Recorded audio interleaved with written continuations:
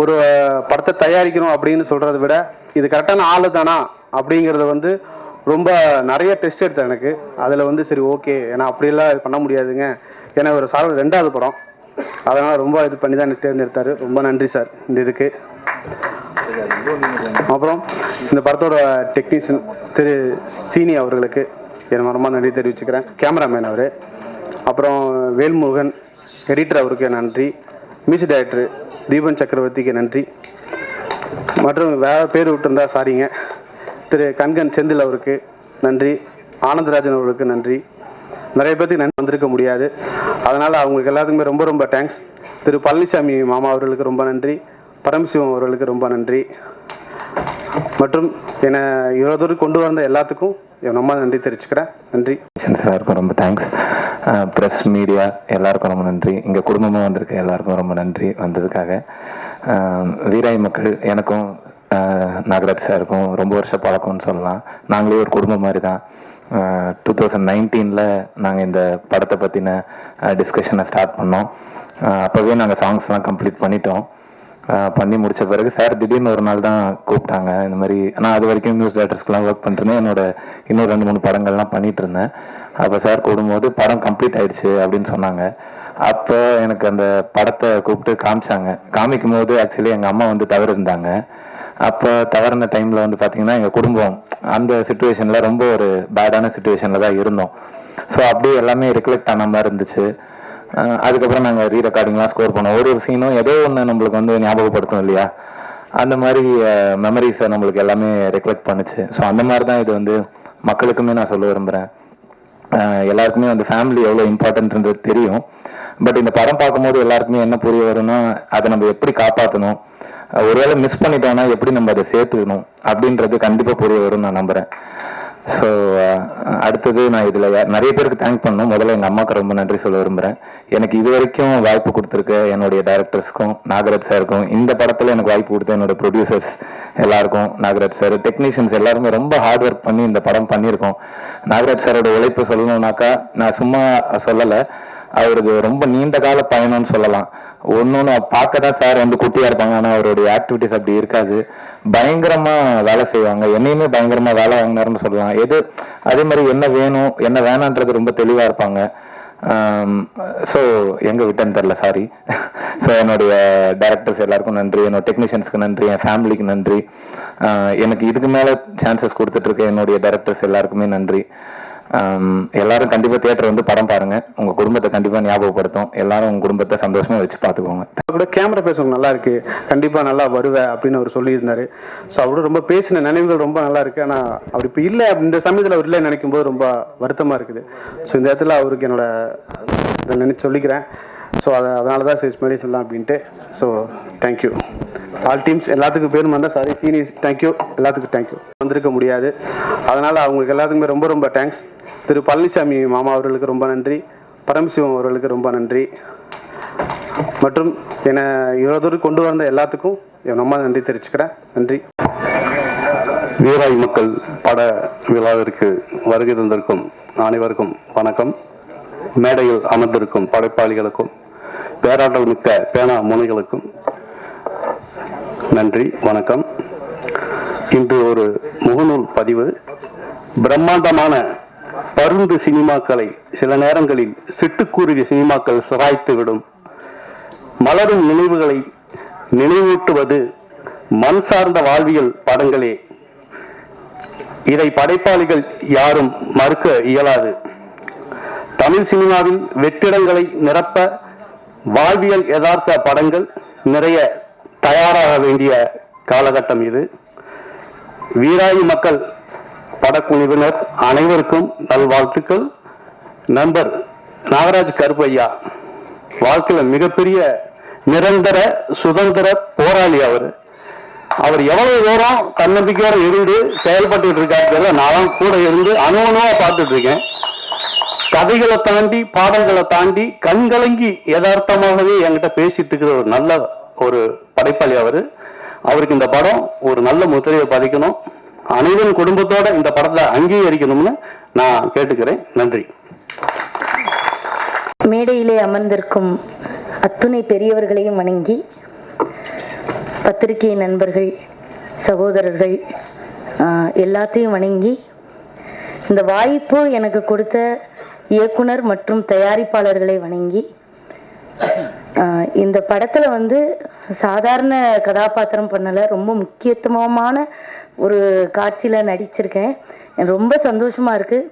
பொதுவாக இந்த படத்தை பார்க்கும் பொழுது தீபாக்காவா யாரும் பார்க்க மாட்டிய, உங்கள் வீட்டில் உங்கள் தங்கச்சி, உங்கள் அக்கா அப்படின்ற ஒரு எண்ணத்தில் உறவுகள் இன்னைக்கு எல்லாத்துக்குமே பாசம் இருக்குது. இப்போ ஒரு படத்தை காமிச்சாங்க, பெரிய பெரிய மாசு ஹீரோக்கள் வந்தால் மட்டும்தான் விசில் சத்தமும் கை ஒளி சத்தமும் வரும். ஆனால் 3 சின்ன பசங்க ஒருத்தருக்கு மேல ஒருத்தர் தோல்ல தூக்கி சுமக்கும் பொழுது நம்ம அறியாம உணர்வுல ஒருத்தருக்கு ஒருத்தர் கை தட்டணும் பார்த்தீங்களா? அப்போ உள்ள பாசம் மறைஞ்சிருக்கு. அதை வெளிப்படுத்துறதுக்கு தான் தயங்குறோம் எல்லாருமே. இத ரொம்ப அருமையா ஒரு தங்கச்சியா அண்ணங்கிட்ட பாசத்தை ஏங்குற ஒரு சகோதரியா ரொம்ப எனக்கு ஒரு முக்கியத்துவமான கேரக்டர் கொடுத்த தயாரிப்பாளர் டைரக்டர் தம்பிக்கு ரொம்ப நன்றி. ஒருத்தர் ஒரு காட்சியை சொல்லும் பொழுது அவர் எவ்வளவு ரசிச்சாரோ அதை தான் நம்மளுக்கு பிம்பமா கொடுக்க முடியும். அவருடைய வசனங்கள் உண்மையிலே சொல்றேன், இன்னைக்கு சினிமாவில் இப்படி நம்மளுடைய மனசை தொடுற மாதிரி வரிகள் எழுதுறதுக்கு ரொம்ப கம்மியான இருக்காங்கன்னு தான் நினைக்கிறேன். ஏன்னா அவரு கிராமத்திலே வளர்ந்ததுனால அந்த கிராமத்தோட உணர்வை அழகா சொல்லியிருக்கிறார்.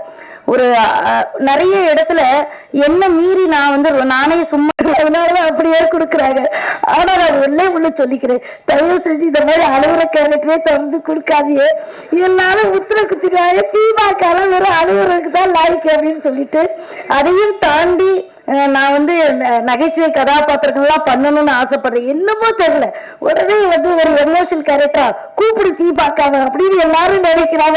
ஏன் தெரியல, ஒருவேளை நல்ல முந்தாடிய தூக்கி வைப்பாருன்னு நினைக்கிறாங்களோ என்னவோ தெரியல.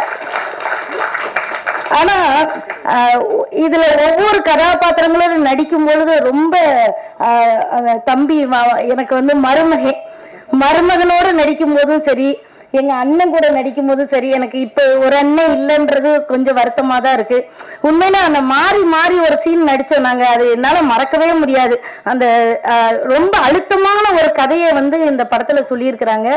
எல்லாரும் ஆங்கிலத்துல தேங்க்யூ தேங்க்யூன்னு சொன்னாங்க. அக்கா நன்றின்னு தமிழ்ல சொல்றேன். ஏன்னா தமிழ்ல ரொம்ப அழகான ஒண்ணு சொல்லிட்டு முடிச்சுக்கிறேன்.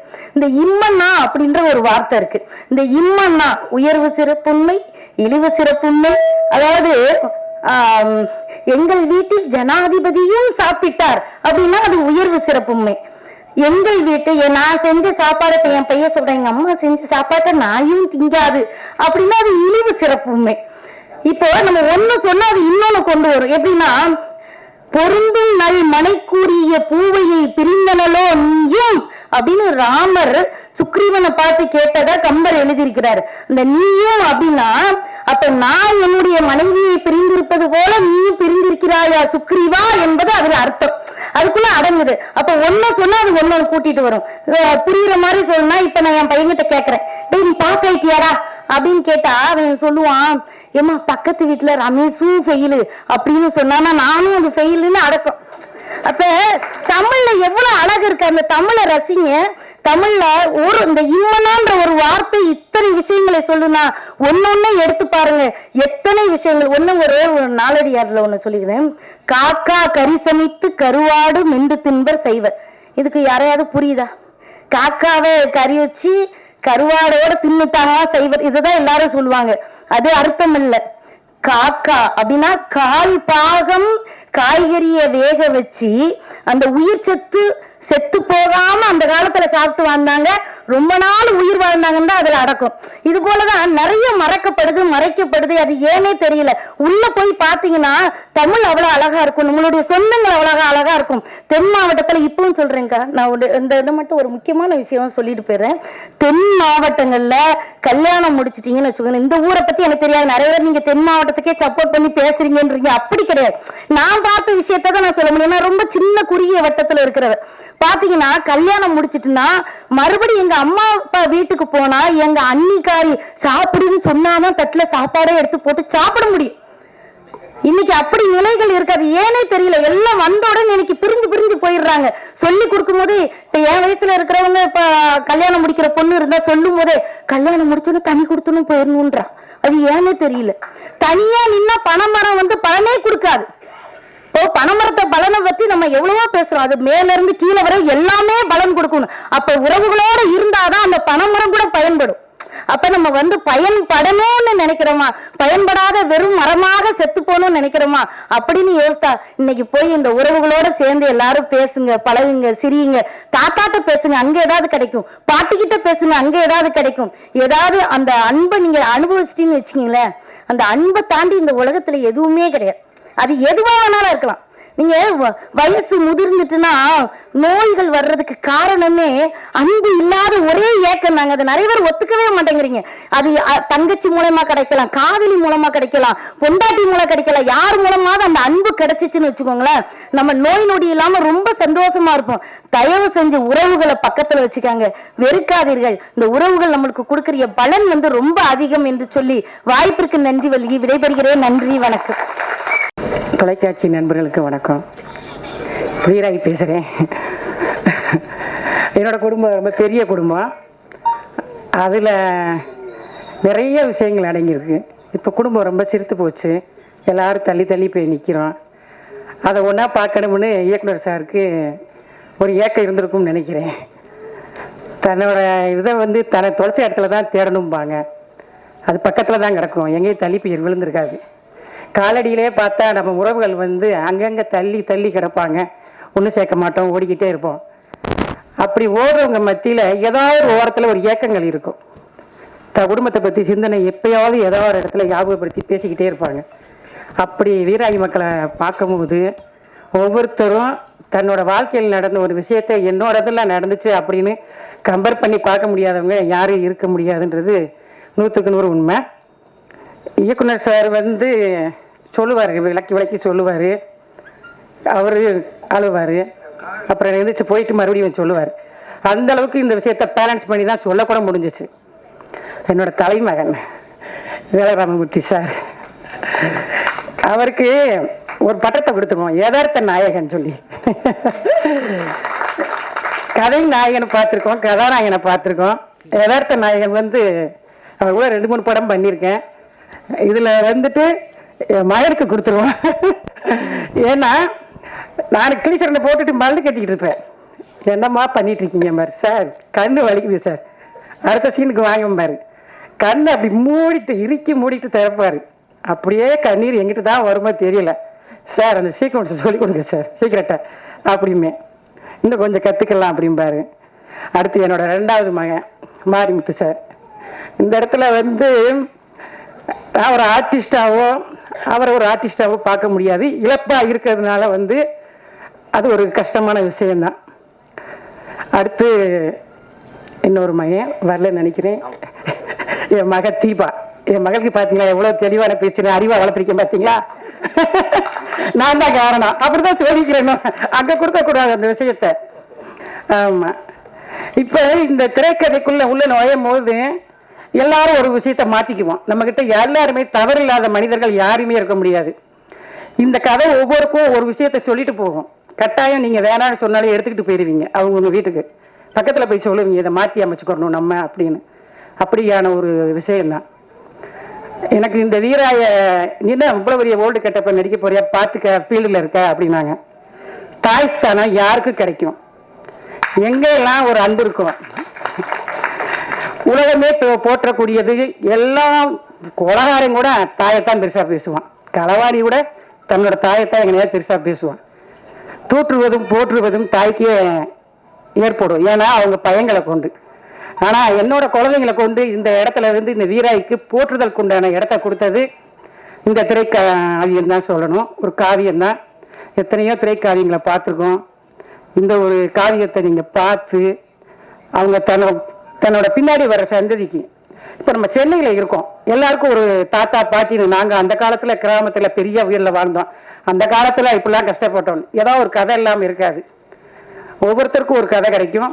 வந்து எல்லாரும் அதை வாங்கிக்கிட்டு போங்க. அடுத்து இயக்குனர் என்னோட பேரன், ப்ரொடியூசர் ப்ளஸ் கதாநாயகன். இடையில வந்துட்டு சாப்பாட்டு டயத்தில் எனக்கு கொஞ்சம் ஒரு மிஸ்டேக் நடந்துச்சு. லைட்டாக ப்ரொடியூசர் கவனத்துக்கு போச்சு. அன்னையிலேருந்து ஷூட் முடிகிற வரைக்கும் கவனமாக என்கிட்ட வந்து சாப்பிட்டீங்களாக்கா அப்படின்னு கேட்டுட்டு தான் அந்த தம்பி அடுத்த இடத்துக்கே போவோம். பண்புகள் வந்து கதையில் மட்டும் சொல்லலை, உண்மையாகவும் இருந்துச்சு. சில பண்புகளை வந்து நாங்கள் இங்கே பகிர்ந்துக்கிட்டோம். ஒரே குடும்பமாக இருந்தோம், வீராய் குடும்பமாக இருந்தோம். இந்த இடத்துக்கு வந்திருக்கோம், உங்களையும் எங்கள் குடும்பத்துக்கு அழைச்சிருக்கோம். நீங்கள் வந்து எங்களுக்கு வாழ்த்துக்களையும் வரவேற்புகளையும் கொடுக்கணும். இங்கே பெரிய ஜாம்பவன்கள்லாம் இருக்காங்க, ரொம்ப நேரம் ஆகுது. அதனால இந்த அளவுக்கு முடிச்சுக்கிடுவோம். நன்றி. அவங்க தீபா மேடமோட ஸ்பீச் ரொம்ப நல்லா இருந்தது. இந்த படத்துக்கு இதை விட பெரிய ப்ரொமோஷன் தேவையில்லைன்னு நினைக்கிறேன். அண்டு அவங்க வீராயி மேடமும் ரொம்ப நல்லா பேசினாங்க. நாகராஜ் எனக்கு வந்து 2006 தெரியும் அவரை. அவரோட ஸ்ட்ரகிளை நான் ஆரம்பத்துலேருந்தே பார்த்துருக்கேன். ஃபர்ஸ்ட் எல்லா டேரக்டரும் ஒரு ஸ்ட்ரகிளை தாண்டி தான் வருவோம். பட் அவர் நிறைய பிரச்சனைகளை ஃபேஸ் பண்ணி வந்திருக்காரு. இன்றைக்கி என் நண்பன் இந்த இடத்துக்கு வந்திருக்கிறது எனக்கு ரொம்ப சந்தோஷம். இந்த படம் வந்து அவருக்கு ஒரு நிச்சயமாக அவர் டிசர்வ் பண்ணுற ஒரு பிரேக்கை தரும் நான் நம்புகிறேன். வாழ்த்துக்கள் நண்பா. அண்டு இங்கே இருக்க ஆர்டிஸ்ட் அண்ட் டெக்னீஷியன்ஸ்லாம் பார்க்கும்போது ஒரு பெரிய நம்பிக்கை வருது இந்த படத்து மேலே. எக்ஸாம்பிள் வந்து வேலாராமூர்த்தி சார் அண்டு இவங்கெல்லாம் இந்த படத்தில் இருக்காங்கனால இந்த படம் வந்து ரொம்ப நல்லா இருக்கும்னு ஆடியன்ஸ் நம்புகிறாங்க. ஆனால் அந்த தீபா மேடம் அந்த வீராயி அவங்க எல்லாமே வந்து இந்த படத்துக்கு ஒரு பெரிய சப்போர்ட்னு நினைக்கிறேன். அண்டு இந்த ப்ரொடியூசருக்கு ஒரு பெரிய நன்றி, நாகராஜ்க்கு இந்த படம் கொடுத்ததுக்கும். எல்லா ப்ரொடியூசர்ஸ் 2-3 பேர் இருந்தீங்க. ஸோ எல்லாருக்கும் என்னுடைய பர்சனல் தேங்க்ஸ். ஏன்னா இந்த மாதிரி படம் பெரிய வெற்றி ஆகணும். ஏன்னா மண் சார்ந்த கதைகள் வந்து அவ்வளோ பேர் இன்னைக்கு வரதில்லை, முன் வரதில்லை. அண்டு அதுக்கு இப்போ லெனின் என்னோட நல்லா பேசுவார். ஸோ ரவி மரியா சார், பேரரசு சார்லாம் கண்டிப்பாக நிச்சயம் என்னோட நல்லா பேசுவாங்க இதெல்லாம். அண்டு இந்த டீம் பார்க்கும்போது ரொம்ப நம்பிக்கையாக இருக்குது. ஸோ இந்த படம் மிகப்பெரிய வெற்றி அடையணும்னு என்னுடைய வாழ்த்துக்கள். நாகராஜ் வந்து இந்த படத்துக்கு அப்புறம் பெரிய மைல் ஸ்டோன்லாம் அச்சீவ் பண்ணணும்னு எல்லாம் வல்ல இறைவனை வேண்டிக்கிறேன். All the best Nagaraj. Thanks. வந்திருக்கின்ற துவைத்து காய போட்டு அரவணைத்து அன்பா இருக்கின்ற எங்களுடைய வலையத்தள இணையதள பத்திரிகை நண்பர்களே, என்னுடன் சேர்ந்து பயணித்துக் கொண்டிருக்கும் இயக்குனர், தண்டட்டி படத்தின் இயக்குனர் ராஜ்குமார் அவர்களே, டிலின் சார் அவர்களே, சாரோட டிஸ்கஷன் நான் போயிருக்கேன், கோகுல் சார் டிஸ்கஷனுக்கெல்லாம். கோகுல் சார் அவர்களே, எங்களுடைய அன்பு இளவல், எங்கள் தமிழ்நாடு திரைப்பட இயக்குனர் சங்கத்தின் செயலாளர் திரு பேரரசு அவர்களே, நான் முதலில் மிளகாய் படத்தில் நடிகராக அறிமுகப்படுத்திய எழுத்தாளர் அன்பு அண்ணன் வேலாராமூர்த்தி அவர்களே, எமோஷனலாக அவங்க நடிப்பாங்க அப்படின்னு ஃபர்ஸ்ட் நாங்கள் மாயண்டி குடும்பத்தால் கண்டுபிடித்த எமோஷனல் நாயகி தீபா சங்கர் அவர்களே, செந்தி அவர்களே, வீராக நடித்திருக்கும் பாண்டியம் அவர்களே, ஹீரோவாக நடித்திருக்கும் சுரேஷ் நந்தா அவர்களே, இணை தயாரிப்பாளர்களே, ஒவ்வொரு பிரேமும் எப்படி எடுக்கப்பட்டிருக்கும் அப்படின்னு எனக்கு தெரியும். ஏன்னா மாயாண்டி குடும்பத்தார் அப்படிங்கிற ஒரு மிகப்பெரிய காவியத்தை எல்லாரும் பார்த்துருப்பீங்க. அந்த படத்தில் 10 இயக்குனர் சேர்ந்து நடித்தோம். 10 இயக்குனரும் அவங்கவுங்க சீனை இந்த சீனை ஸ்கோர் பண்ணணும்னு சொல்லி ஒரு சேலஞ்ச் எடுத்து பண்ணோம். அந்த இடத்துல தீபாவுக்கு அங்கே இருந்தாங்க. அவங்க சீன் எடுக்கும்போது ஒட்டுமொத்த யூனிட்டே ஸ்பாட்லேயே எழுதும். இது உண்மை, இது யாருமே மறுக்க முடியாது. அந்த மாயாண்டி குடும்பத்தாரில் வந்து மாயாண்டி மவனும் குரு பண்ணிட்டு போயிட்டான ஒரு கதருவாங்க நடு ரோட்டில் உட்காந்துட்டு. அந்த சீனு அந்த படத்தை அப்படி ஒலிக்கிருச்சு. அப்படி ஒரு ஆழமான நடிப்பை வழங்கினவங்க தான் அவங்க. மாயாண்டி குடும்பத்தில் எவ்வளவு பேர் பிஸியானது தெரியாது, தீபாக்கா பயங்கர பிஸி. அதுலேருந்து அந்த படத்தில் பார்த்தீங்கன்னா நான் வந்து ரத்தமும் சதையுமா, நான் மதுரை மண்ணில் அந்த கேரக்டரை எப்படி பண்ணுவாங்கிற விஷயத்த ரத்தமும் சதையுமா கண்ணில் மீசையில் உதரில் அப்படி தொடை தட்டி நோலி மேனன்னு சொல்ற வசனம்லாம் இன்னைக்கு உசிலம்பட்டி மதுரை ஏரியாக்கெல்லாம் அந்த படத்தை ஒவ்வொரு சீடியும் வாங்கி பார்த்துட்டு இன்னைக்கு அந்த படத்தை 50 தடவை 60 தடவை 100 தடவை பார்த்தவங்களா இருக்காங்க. இங்க சென்னையில் ஆட்டோ ஓட்டுற ஒவ்வொரு டிரைவர்ஸும் போகும்போது அண்ணே மாயாண்டி ரூபாய் படம் பண்ணுங்கண்ணே, அந்த படத்தை நான் குடும்பத்தோட பார்ப்போம்னே, ஊர்னா வந்ததுண்ணே, ஊர்னா வர்றப்பெல்லாம் அதானே பார்ப்போம்னே, எங்க அண்ணன் தம்பியில படத்தை பார்த்தா நான் ஒன்று சேர்ந்தோம், அடிச்சு தெரிஞ்சோம்னே இப்படி பேசுவாங்க. அந்த மாதிரி ஒரு காவியம் மாயாண்டி குடும்பத்தார். அதற்கு ஈடையான வெற்றியை அந்த வீராய் மக்கள் பெரும் நான் நம்புறேன். ஏன்னா 150 கோடி 500 கோடி 1000 கோடி சினிமாவை பற்றி சமூக வலைதளங்களை பார்க்கும்போது சின்ன படங்களுக்குலாம் ஒரு பீதியும் பேதியும் ஏற்படுறது உண்மை. இயக்குனர் ரஞ்சித் அவர்களே சொல்லியிருக்காங்க, இன்னைக்கு சின்ன படங்களை ஓடிடியே வாங்க மாட்டாங்கன்னு சொல்றாங்க. படத்துல உட்காந்துட்டீங்கன்னா நீங்க சின்ன படம் பெரிய படம் பேதம் பார்க்கறதே இல்லை. நல்லா இருந்தா கை தட்டுவீங்க, நல்லா இருந்தா எவ்வளவு பெரிய படம் நினைச்சு போயிருவீங்க. உண்மைதானே? அப்ப இந்த மாதிரி படங்கள் ஓடும் போது பத்திரிகையாளர் அதாவது ஆராதனை செய்து நீங்க இது கொண்டாடும் போது நாகராஜ் கருப்பையா போன்ற ஒரு 25 வருஷ போராட்டமான இயக்குநர்கள் மேல வரணும். ஜெயித்தவர்களே திரும்பி திரும்பி ஜெயிக்கிற சந்தோஷம் இருக்கு எவ்வளவோ, அதை விட ஜெயிக்க துடிப்பவர்கள் ஜெயிக்கிறது எவ்வளவு பெரிய சந்தோஷங்கிறது ஜெயிச்சவங்களுக்கு தான் தெரியும். அது ஒரு பெரிய வலி. அந்த வலியிலிருந்து மீண்டு வர சுகம் இருக்கு தெரியுமா, அது பேரின்பம். அந்த பேரின்பத்தை கடவுள் இந்த படத்தின் மூலமா என்னுடைய அன்பு தம்பி நாகராஜ் கருப்பையா கொடுக்கணும்னு வேண்டிக்கிட்டு இந்த படத்தை எல்லாரும் ஆதரிங்க. அனைவருக்கும் நன்றி. விழாவின் நாயகன் இசையமைப்பாளர் அந்த இசைக்கலைஞர்கள் அத்தனை பேருக்கும் என்னுடைய வாழ்த்துக்களை தெரிவித்துள்கிறேன். இது எனக்கு ரொம்ப பர்சனலான ஒரு ஸ்டேஜாக இருக்குது. ஏன்னா நாகராஜ் அப்புறம் சீனு 2 பேருமே எனக்கு ஒரு 25 வருஷமாக தெரியும். கிட்டத்தட்ட 2000 தெரியும். அதுவும் நாகராஜ் பயங்கர துடிப்பான ஒரு ஆள். பார்க்கறதுக்கு ஆள் சொல்லுவாங்களா அவர் பொடியாக இருக்கிறாருன்னு சொல்லிட்டு, அப்படி கிடையாது. ஆனால் அவர் அந்த ஒரு ஆர்கானிக்கான சினிமாவை யோசிச்சுக்கிட்டே இருப்பாப்புல. இப்போ நம்மளாம் உலகத்து சினிமா பார்ப்போம், அதுலேருந்து படிப்போம், அந்த புத்தகத்தை படிப்போம், இலக்கியம் படிச்சிருப்போம், இப்படியெல்லாம் இல்லை. அது தன்னோட உணர்வுக்குள்ளேருந்து, தான் பார்த்த வாழ்க்கையிலேருந்து, தான் பார்த்த மனிதர்கள்லேருந்து, தான் நேசித்த உறவுகள்லேருந்து இப்படியா கதையை தேடி அவராக ஏதாவது எழுதிக்கிட்டே இருப்பாப்புல. டெய்லி கதை பண்ணிக்கிட்டே இருப்பாப்புல, நல்லா பாடுவாப்புல.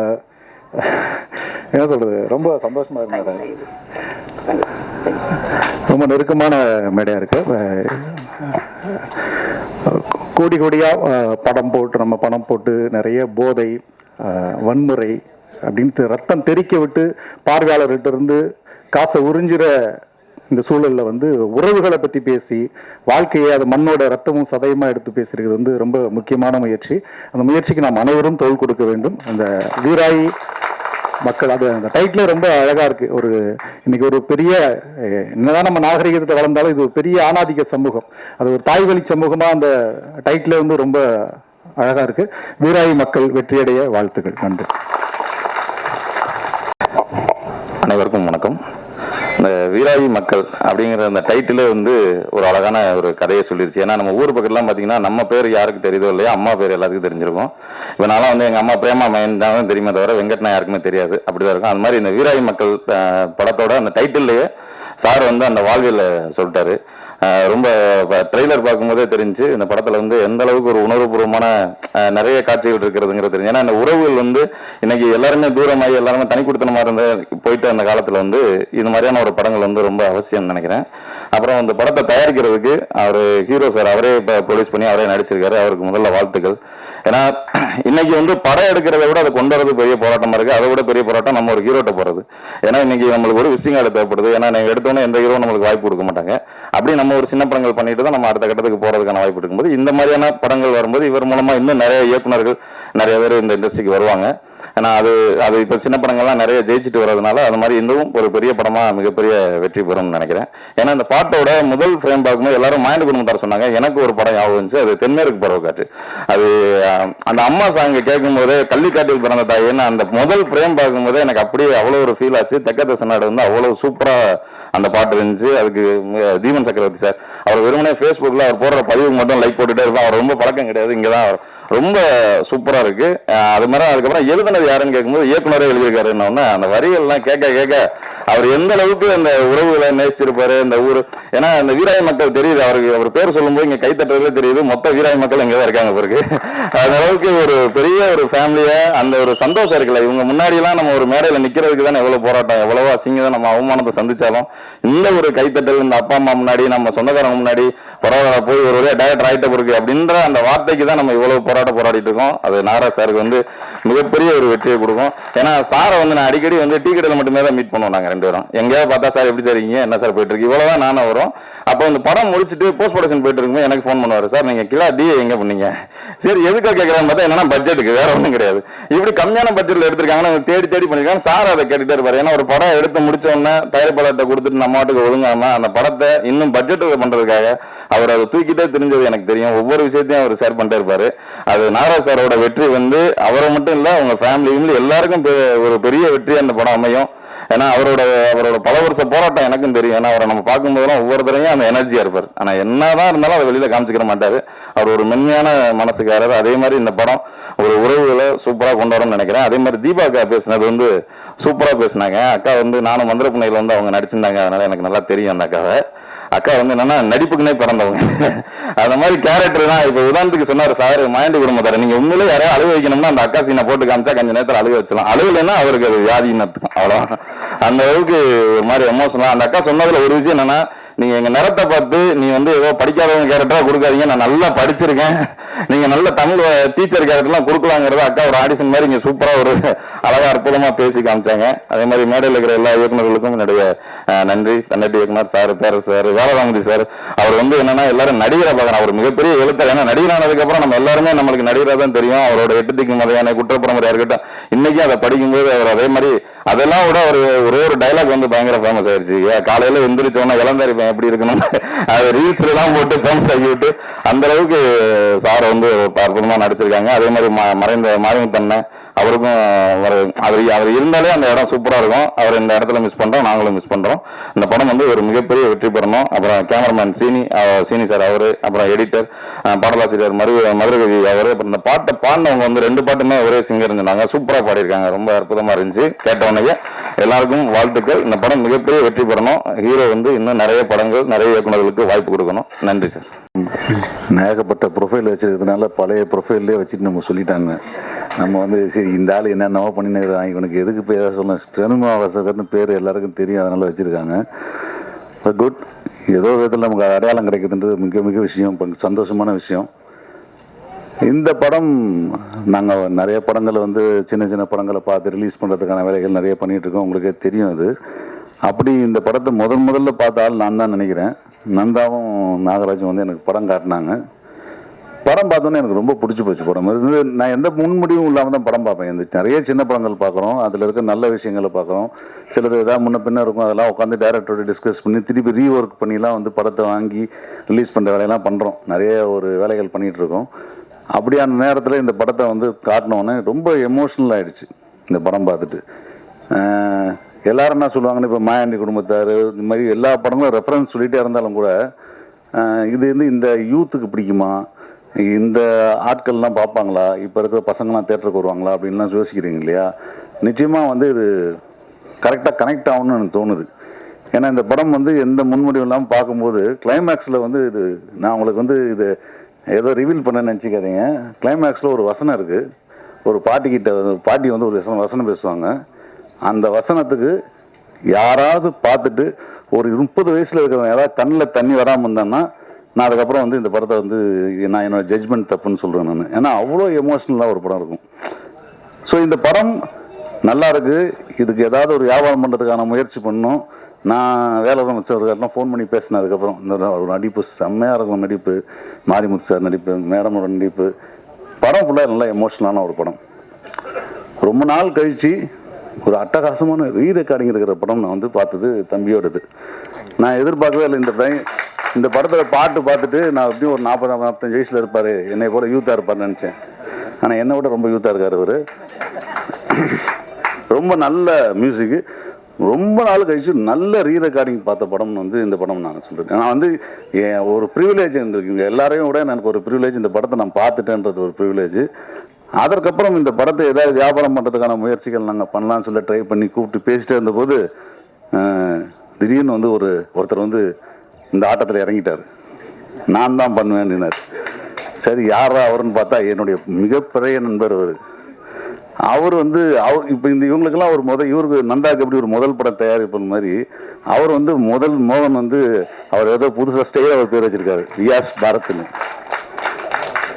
ஆனால் வந்து அவர் பேர் மோகன் தான் எங்களுக்கு தெரியும். ரொம்ப அனுபவமிக்க நல்ல சினிமாக்களை வெளிநாடுகளுக்கு விற்பனை பண்ணுறதுல ரொம்ப ஒரு விற்பனையான ஒரு ஆள் அவர். அவர் இந்த படம் பார்த்துட்டு நான் பண்ண போகிறேன் அப்படின்னு சொன்னோடனே எனக்கு ரொம்ப ஹாப்பி ஆயிடுச்சு. சரி, இவ்வளோ தூரம் பண்ண நம்ம நண்பர் பண்ணிட்டார், நம்ம ஏதாவது ஒன்று இந்த படத்துக்கு பண்ணணும்னு யோசிச்ச போது தான் நண்பர்கள்லாம் சேர்ந்து ஓம்லி மியூசிக்னு ஒரு கம்பெனி ஆரம்பித்தாங்க. பிரசன்னா வந்திருக்காரு. ஸோ இந்த முதல் படமாக இந்த படத்து பாட்டை தான் நம்ம வாங்குகிறோம் அப்படின்னு சொல்லிட்டு இந்த படத்தை வந்து கொண்டு போய் கொடுத்து ஓம்லி மியூசிக்கோட பல படங்கள் லைனப் இருந்தாலும் கூட ஃபஸ்ட்டு ஆடியோவாக ஒரு சினிமா படத்து ஆடியோவாக வந்து ஓம்லி மியூசிக் கொண்டு போய் சேர்த்தோம். அது பிரசன்னா அப்புறம் வந்து நம்ம சத்யா எங்கெல்லாம் வந்து பெரிய அளவுக்கு சப்போர்ட் பண்ணாங்க. அவங்களுக்கு அந்த பாட்டு வந்து உண்மையாக சொல்ல போனால் இந்த பாட்டுக்கு வந்து ரசிகர் வந்து எப்படி செக் பண்ணோன்னா பாட்டு அமுச்சிட்டோம். அவர் ஒரு நாளைக்கு வந்து சும்மா இந்த மாதிரி புதுசாக ஒரு பாட்டு வந்திருக்குங்க கேளுங்கன்னு சொல்லிட்டு போட்டு கேட்டார். கேட்டுட்டு போயிட்டு அடுத்த நாள் சொன்னார், நினைத்து ஒரு பாட்டு அமிச்சிங்களே சார், அது ஒரு கிராமத்து பாட்டு, இது நல்லா இருக்கு அப்படின்னாரு. கொஞ்ச நேரம் கழிச்சு அவருக்கு நம்ம சத்யான ஒரு நண்பர் இருக்கார், அவருடைய அவரோட டிரைவர் இருக்கிறாரு.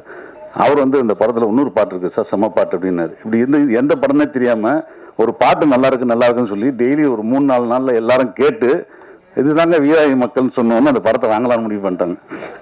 ஸோ ஒரு நல்ல படம், நல்ல விஷயம், அது கரெக்டாக இருந்துச்சுன்னா ஆட்டோமேட்டிக்காக அதுக்கு என்ன நடக்கணுமோ அது தானாக நடந்துருது. அது யாராவது ஒருத்தர் வருவாங்க, கேபிள் சங்க வருவார், மோகன் வருவார், வேல்ராமூர்த்தி வருவார், யாராவது ஒருத்தர் வருவாங்க, அந்த படம் வந்து நடந்துடும்.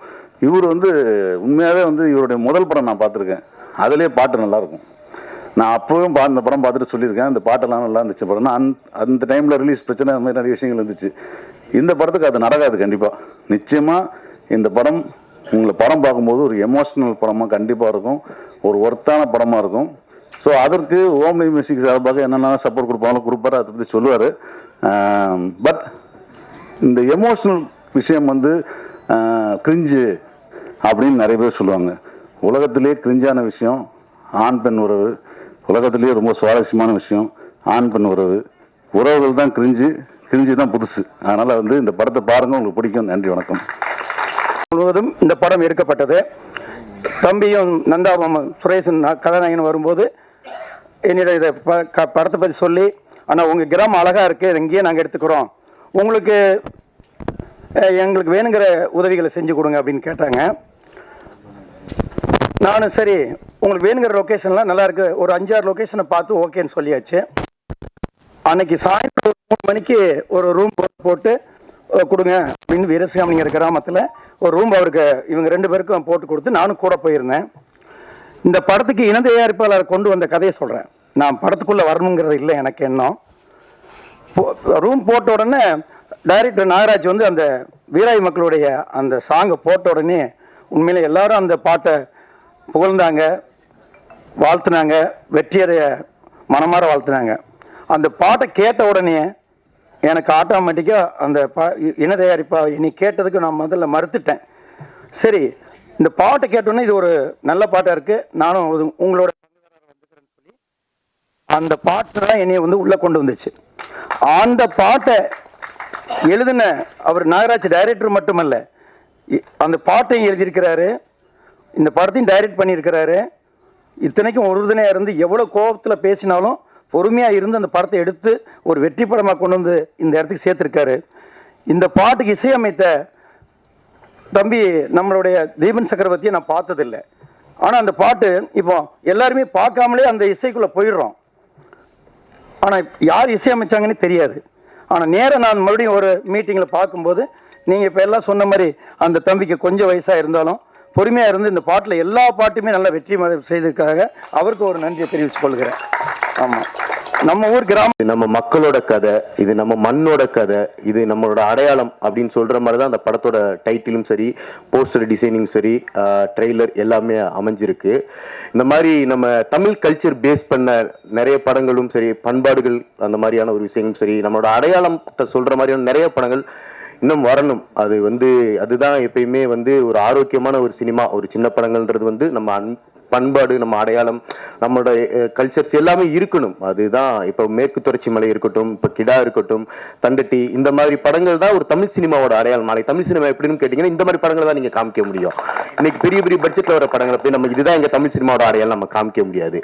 ஆனா அதுல ஒரு பெரிய சவால் இருக்கு. இன்னைக்கு இந்த மாதிரி ஒரு கதையை எடுத்துக்கிட்டு அதை எழுதி அதை ஒரு ப்ரொடியூசர் பிடிச்சி அதை படமாக்கி ஒரு தேட்டருக்கு கொண்டு போய் மக்களோட அங்கீகாரம் கிடைச்சி அது ஒரு ஃபர்ஸ்ட் வீக் முடிஞ்சு ஒரு செகண்ட் வீக் ரன் பண்ணணும் அப்படின்னா அது வந்து எல்லா படத்துக்கும் சரியா அமைகிறது இல்லை. ஏன்னா அதுக்கான என்ன காரணம் அப்படின்றது எல்லாத்துக்குமே தெரியும்.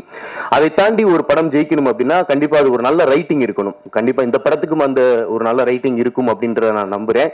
நீங்க மீடியா, பத்திரிகையாளர் எல்லாருமே கொஞ்சம் இந்த படத்துக்கு சப்போர்ட் பண்ணி இந்த படத்தை கொஞ்சம் அடுத்த கட்டத்துக்கு நம்ம கொண்டு போகணும்.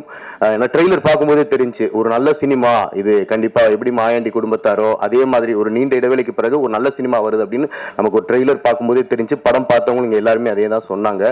கண்டிப்பா அந்த படத்தை நம்ம கைவிட்டக்கூடாது. பத்திரிகையாளரும் சரி, மீடியாவும் சரி, கண்டிப்பா அந்த நல்ல படத்தை நம்ம அடுத்த கட்டத்துக்கு கொண்டு போகணும். எனிவே இயக்குனருக்கு வாழ்த்துக்கள், ப்ரொடியூசர்ஸ்க்கு வாழ்த்துக்கள், பிளஸ் மியூசிக் டைரக்டர் அவருக்கும் வாழ்த்துக்கள். நன்றி. ஸோ கேபிள் சங்கர் சார் சொன்ன மாதிரி இண்டிபெண்ட் ஒரு ஆல்பம் வந்து பண்ணணும், அதை வந்து நம்ம வந்து ப்ரொமோட் பண்ணணும் அப்படின்ற மாதிரி தான் இதை நம்ம ஸ்டார்ட் பண்ணோம்.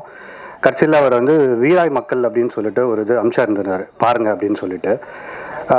கடைசியில் பார்த்தோன்னா நெஞ்சுக்குள்ளன்னு ஒரு சாங் வந்து கேட்டோடனே ஒன்றும் புரியல. ஸோ இவ்வளோ சூப்பராக இருக்குது சாங் அப்படின்னு சொல்லிட்டு எல்லா லைனப் பண்ணதெல்லாம் ஹோல்டு பண்ண சொல்லிட்டு முதல்ல இது நம்ம வாங்குங்க சார், கண்டிப்பாக இந்த ஆல்பம் நம்ம தான் எடுக்கிறோம், நம்ம தான் வந்து கண்டிப்பாக இது வந்து ரிலீஸ் பண்ணுறோம் அப்படின்றது கேபிள் சார்ட்டை ரிக்வெஸ்ட் பண்ணி கேட்டு, ஸோ அவர் உடனே அதை பார்த்து செக் பண்ணி பார்த்துட்டு நம்ம இது வந்து ரிலீஸ் பண்ணுறோம் நாங்கள். ஸோ ஆர்கானிக்கான படம் இந்த மாதிரி வந்து வர்றதுன்றது இப்போ ரொம்ப ஸ்டாப் ஆகிடுச்சு. ஸோ கண்டிப்பாக இந்த படம் வந்து நல்லா போகுன்றது பார்க்கும்போது தெரியுது. ஸோ டீமுக்கு எல்லாருக்கும் ஆல் தி பெஸ்ட். தேங்க்யூ. அனைவருக்கும் வணக்கம். இங்கே பார்த்துருக்க அத்தனை பேரும் பார்க்கும்போது ரசிகர்களாலும் தெரியல, எல்லாம் உறவுகள் தான். வீராயி மக்கள் படத்தோட உறவுகள் தான் இங்கே வந்திருக்கிய, உங்களுக்கு நன்றி. நிறைய விழாக்களுக்கு வருவோம், அந்த படத்தை பேர சொல்லி இந்த படம் மிகப்பெரிய வெற்றி அடையணும்னு வாழ்த்துவோம். ஆனால் இந்த படம் அப்படி இல்லை. இந்த வீராய் படம் மிகப்பெரிய வெற்றி அடையணும்னு ஆண்டவனை வேண்டுறோம். ஏன்னா தமிழ் திரையுலகில் இந்த மாதிரி படம் இப்போ ரொம்ப அவசியம். உறவுகளில் அதோட மகிமையை, அதோட அருமையை சொல்கிற படங்கள் ரொம்ப ரொம்ப குறைஞ்சி போச்சு. வீராய் மக்கள் போன்ற படம் தமிழ் திரையுலகுக்கு ரொம்ப அபூர்வமாகி போச்சு. அந்த அபூர்வங்கிறது ஆபத்து. இன்னைக்கு நிறைய படங்கள் வருது, துப்பாக்கி கலாச்சாரம், கஞ்சா கலாச்சாரம், வன்முறைகள், யார் யார் எவனை கடத்தலாம் தெரிய மாட்டேங்குது, எவனை கொள்றான்னு தெரிய மாட்டேங்குது. கொள்றதுல பல விதத்தை காட்டுறாங்க. இப்போ எப்படி வெட்டுறது, எப்படி நறுக்கிறது, எப்படி புதைக்கிறது எல்லாம் காட்டாங்க. உறவுகளை வளர்க்குறதுங்கிற யார் காட்டுறாங்க? அதுக்கு ஒரு இயக்குனர் வேணும்ல.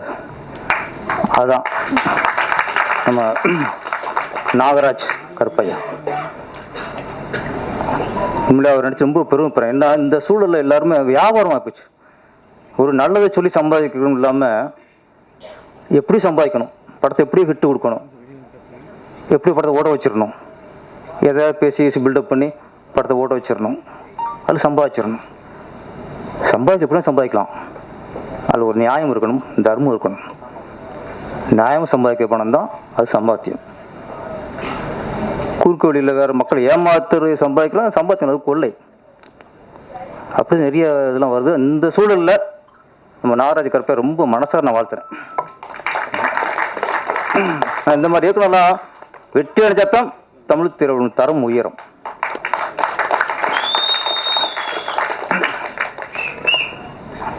இங்கே அம்மா அக்கா சொல்கிறதா தங்கச்சின்னு சொல்கிறதா அம்மான்னு சொல்கிறான்னு தெரியல, தீபா சங்கர் அவர்கள்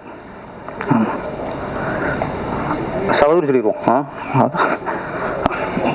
நல்லா சிறப்பாக பேசினாங்க. அவங்க பேசும்போது அப்படியே கிராமத்துக்கு போன மாதிரியே போச்சு. கிராமத்தில் போய் சொந்தக்காரங்களோட உட்காந்து பேசுகிற மாதிரியே ஆகிப்போச்சு. அப்படி ஒரு பேச்சு.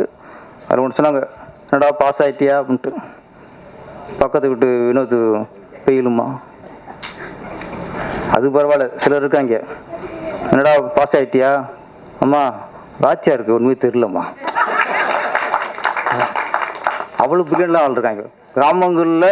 நம்மலாம் இங்கேருந்து பெரிய வசன கருத்தா கிராமங்களில் பேசாமல் இருக்கு. பஞ்சு டைலாக்கு அது வேளாராமத்துங்கெல்லாம் தெரியும். பட்டு பட்டு அடிப்பாங்க.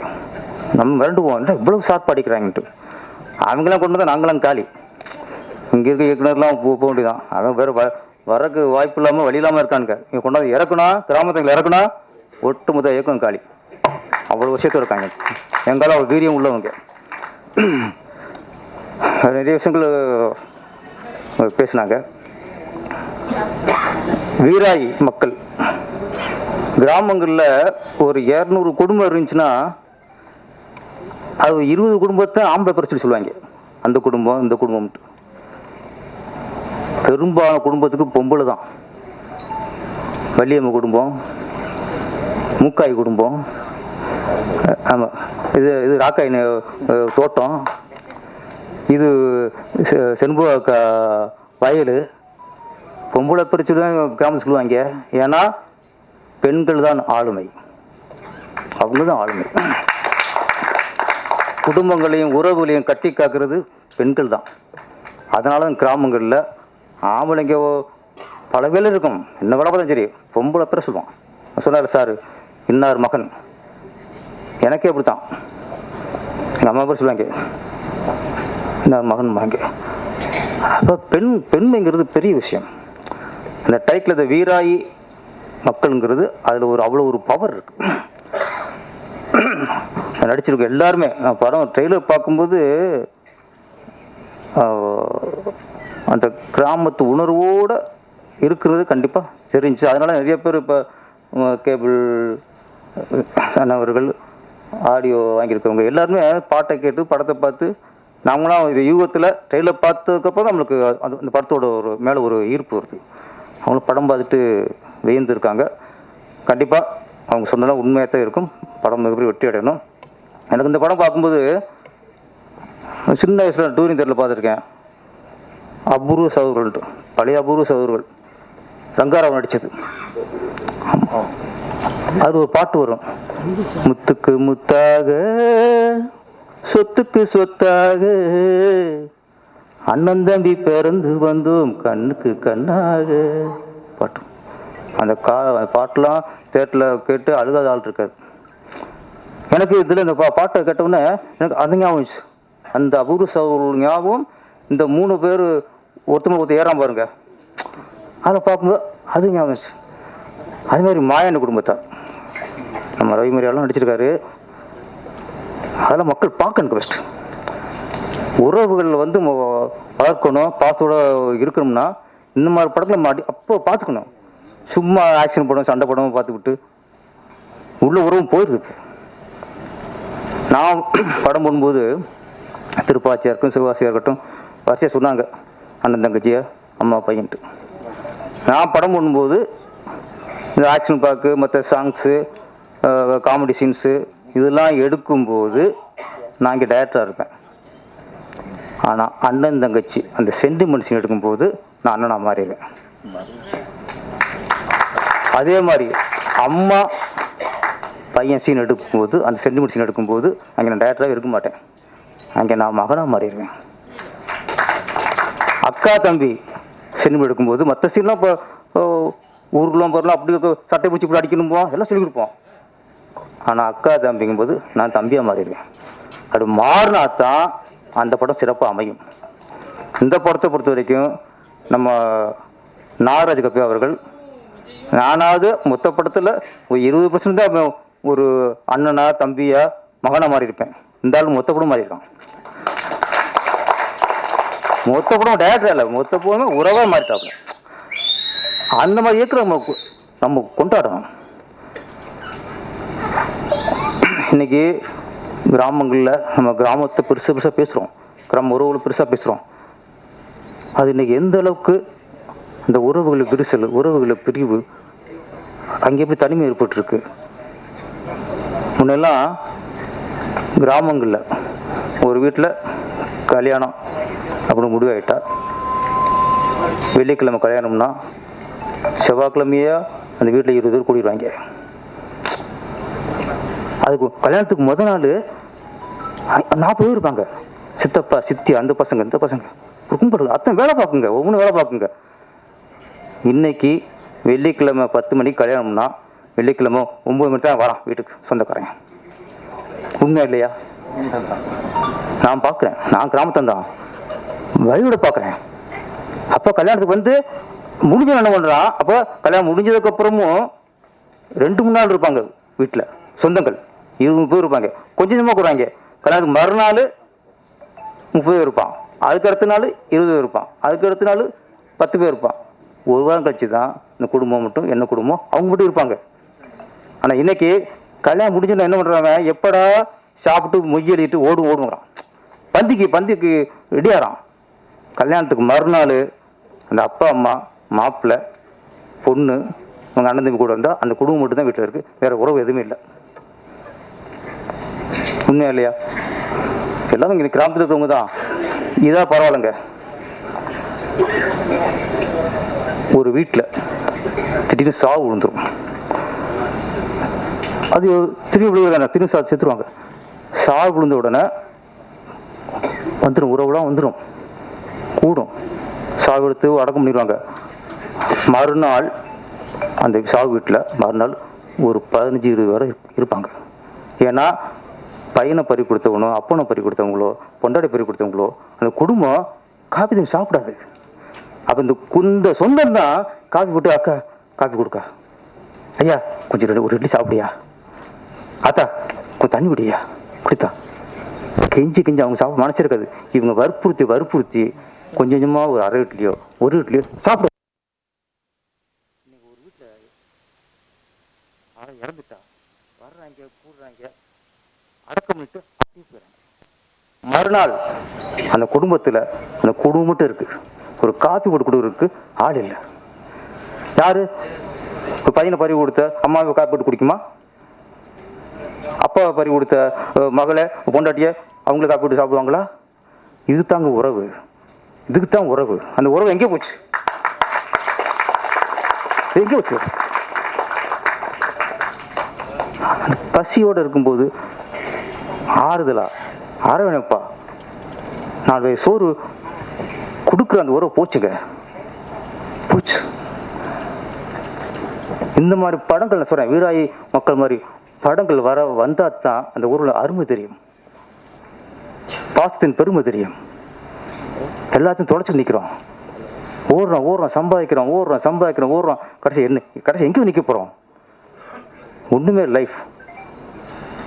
உறவுகளோடு அதை அரவணைச்சு நல்லது கெட்டதுக்கு கூட இருந்து அது ஆதரவு இருந்தால் தான் அது உறவு, இல்லைன்னா அதுக்கு பேர் உறவே இல்லை. அதுக்கு என்ன பேர் சொல்றதுன்னு தெரியல எனக்கு. இன்னொன்று ஒரு மிகப்பெரிய ஆபத்தான விஷயம், ஏன்னா இந்த மேடை உறவுகளை பற்றி சொல்கிற மேடை, இங்கே தான் சில விஷயங்களை மனசு விட்டு பேச முடியும். ஒரே விஷயம் சொல்லிடுறேன், இன்னைக்கு நிறைய குடும்பங்களில் மிகப்பெரிய ஆபத்து என்னன்னா, நிறைய குடும்பங்களில் ஒரு பிள்ளை தான் இருக்குது, ஒரு பிள்ளை போதும் மணலிக்கு கொண்டோம், 2வது பிள்ளை வேணாம், பெண் பிள்ளையா பொம்பளை பிள்ளை இருந்தாலும் ஒன்று போதுன்றோம், ஆம்பளை பிள்ளை இருந்தாலும் ஒன்று போதுங்கிறோம். இங்கே எங்கே ஆபத்துனா, இப்போ ஒரு அப்பா அம்மா அவங்களுக்கு ஒரே ஒரு பொண்ணு, அந்த பொண்ணுக்கு கல்யாணம் ஆயிடுது. இப்போ அப்பா அம்மா இறந்துடுவாங்களா, இறந்ததுக்கப்புறம் அந்த அப்பா அம்மாவுக்கு அந்த பொண்ணுக்கும் இன்னும் கல்யாணம் ஆனதுக்கப்புறம் அவங்களுக்கு ஒரு குழந்தை பிறக்குதுல்ல, அந்த குழந்தை அனாதை குழந்தை. ஏன் சொல்றேன்னா, அந்த குழந்தை யாரை சித்தி என்று சொல்லும், அந்த குழந்தை யாரை சித்தப்ப, அந்த குழந்தை யாரை அத்தை என்று சொல்லும், அந்த குழந்தை யாரு மாமா என்று சொல்லும், அந்த குழந்தை யாரை பெரியம்மான்னு சொல்லும். சொல்லுங்க அப்பா, யாரை சொல்லும்? அப்பா அம்மாங்கிற உறவை தவிர அதுக்கு வேற எதுவும் இல்லை.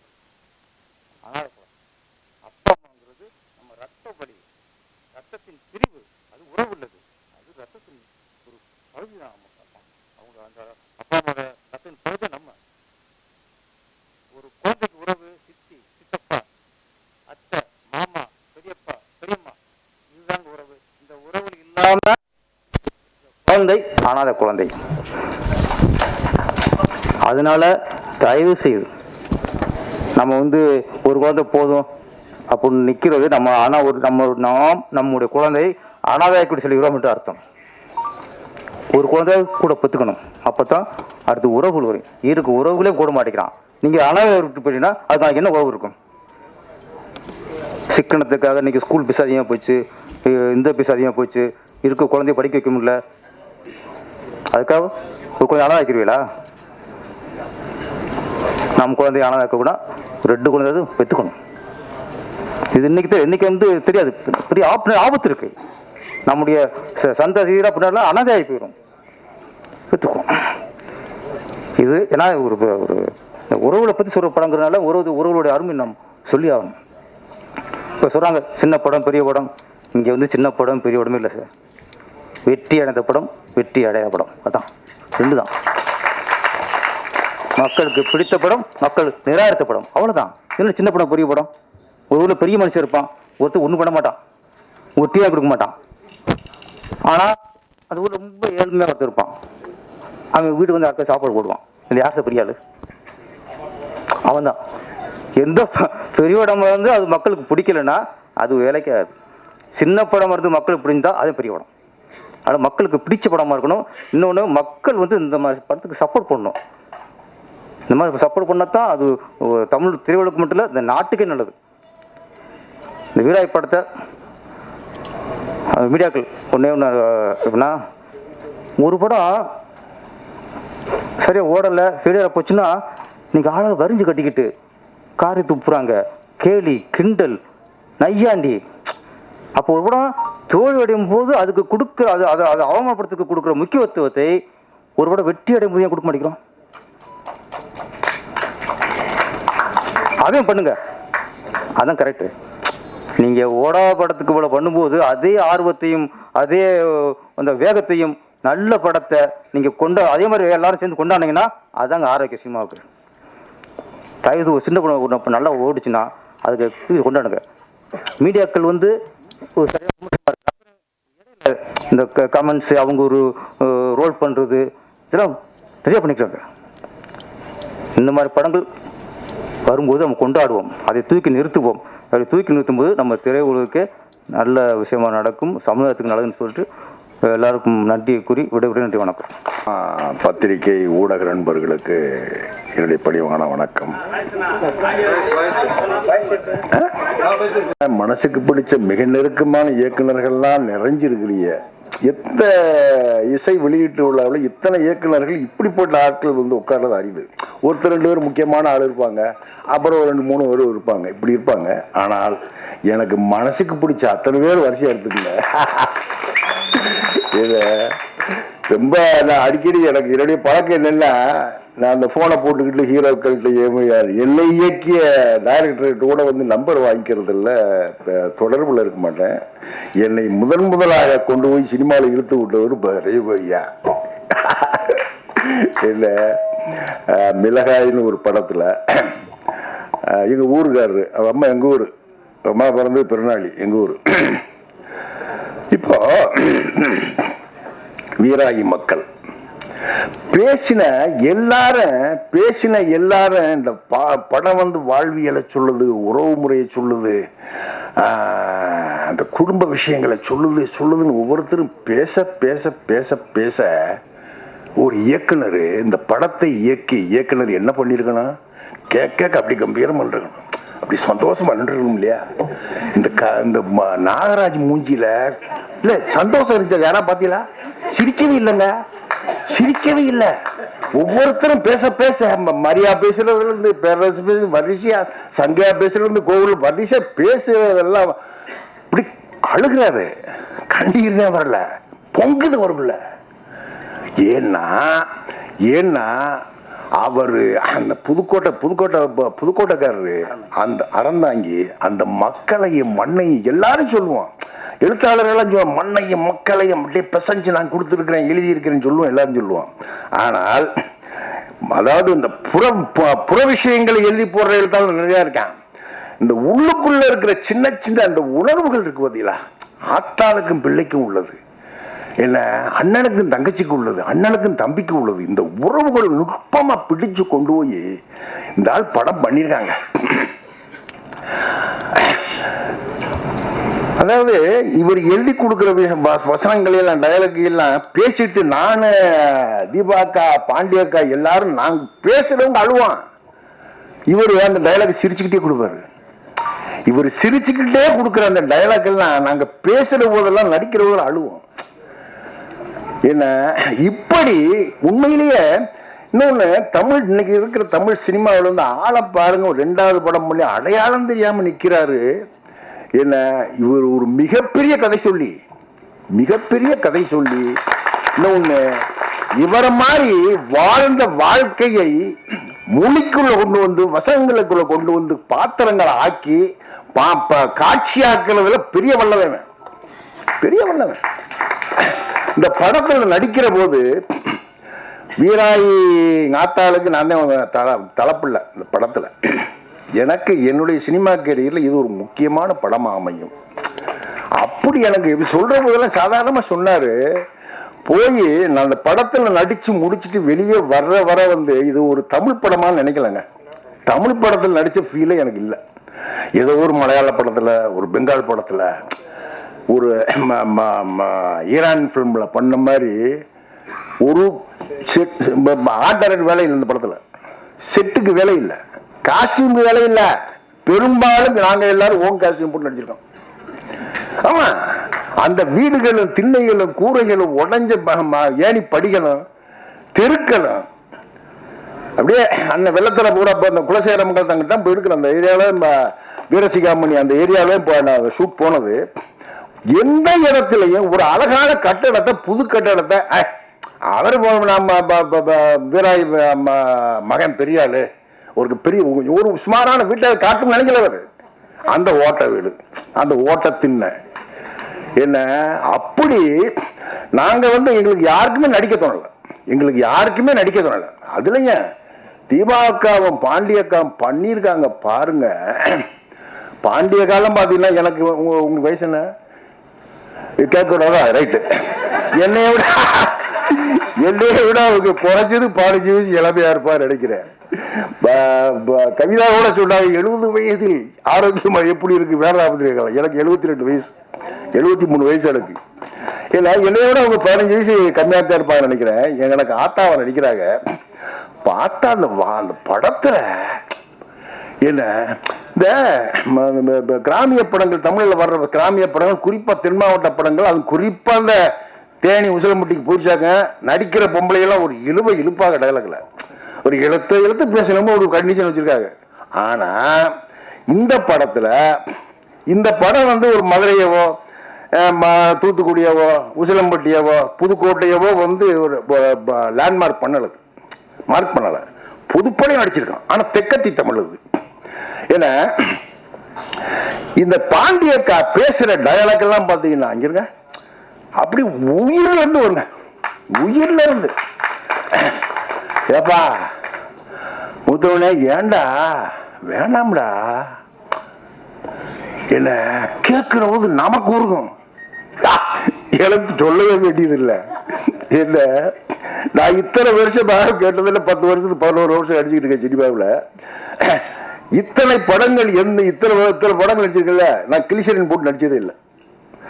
பார்த்த அந்த சீனுக்குள்ள போக அப்படின்னு நினைச்சோம், நான் கண்ணீர் வந்துடும். என்ன நான் கிளிசரின் போட்டதே இல்லை. பாண்டியக்காவும் அது தீபாக்காவுக்கு எனக்கு ஒரு சீன் இருக்கு இந்த படத்துல. என்ன போட்டிதான் நானாண்டியான்னு பாக்குறோன்னு பார்த்தேன் அன்னைக்கு. அந்த சீன்ல நல்லா இருந்துச்சு. என்ன வந்து வரும் தட்டி விடுவேன். என்ன அப்படி ஒரு சீன் நானு சும்மா தீபாக்காவும் பாண்டியக்காவும் பேசி பெருமைப்பட்டுக்கிற விஷயம் இல்லது. நாகராஜ் என்ன அப்படி ஒரு அற்புதமான ஒரு கதைக்காரன், வசனகர்த்தா, வாழ்க்கைய தெரிஞ்சவன், வாழ்க்கைய வந்து எழுத்துல கொண்டாந்து காட்சிப்படுத்தி படமாக்கணும். அப்படி ஒரு பெரிய வாய்ப்பை நாகராஜ் பண்ணியிருக்காரு. இது உண்மையிலே இது வந்து இன்னொரு தமிழ்ல வந்த மாயாண்டி குடும்பத்தார் போல் ஒரு சில படங்களில் வீராயி மக்கள் உறுதியா இருக்கும். தமிழ்ல வந்த கிராமிய வாழ்க்கையை சொன்ன நல்ல படங்களில் நிச்சயமா வீராயி மக்கள் ஒரு படமா இருக்கும். அப்படி இது பங்கெடுத்துக்கிட்ட அத்தனை நடிகர் நடிகைகளுக்கும் எல்லாருக்கும் ஆர்டிஸ்டுகளுக்கெல்லாம் வந்து அப்படி ஒரு வாய்ப்பை கொடுத்து, இன்னொன்று அவர் ஒரு இயக்குனராக நடக்கலை, இயக்குனராக நடக்க மாட்டார். என்னமோ கூட பிறந்த தம்பி மாதிரி, என்ன பெரிய வசதிகளையும் யார் நாங்கள். இன்னொன்று நான் சொல்ல மறந்துட்டேன், எனக்கு தம்பியா மாரிமுத்து நடிச்சிருக்காரு. வீரசிகாமணிங்கிற ஊரில் ஒரு ஹோட்டலில் தங்கியிருக்கார். 2 பேரும் ஒரே ஹோட்டல், ஏற்று ரூமு. ஒரு காரில் தான் டெய்லி ஷூட் போவோம், ஒரு காரில் நான் முன்னாடி இருப்பேன், பின்னாடி இப்போ டெய்லி அதெல்லாம் போயிட்டு வருவோம். ஒன்றும் பண்ணா இருக்கும். படத்துலையும் பார்த்தீங்கன்னா அண்ணன் தம்பி இருக்கும். அண்ணன் தம்பி என்ன, எங்கள் ஆத்தா செத்து கொண்டு போய் புதைச்ச சுடுகாட்டில் போய் நான் அவரை விட்டுருக்க மாட்டேன் வீட்டுக்குள்ள, கிழக்கார வீட்டுக்குள்ள. எனக்கு தெரியாமல் பின்னாடி போய் இந்த புதைச்ச புதகுழியில் வந்து அந்த புதமேட்டில் வந்து கம்மாயில் விழுந்து மாரிமுத்து ஆடுவார்.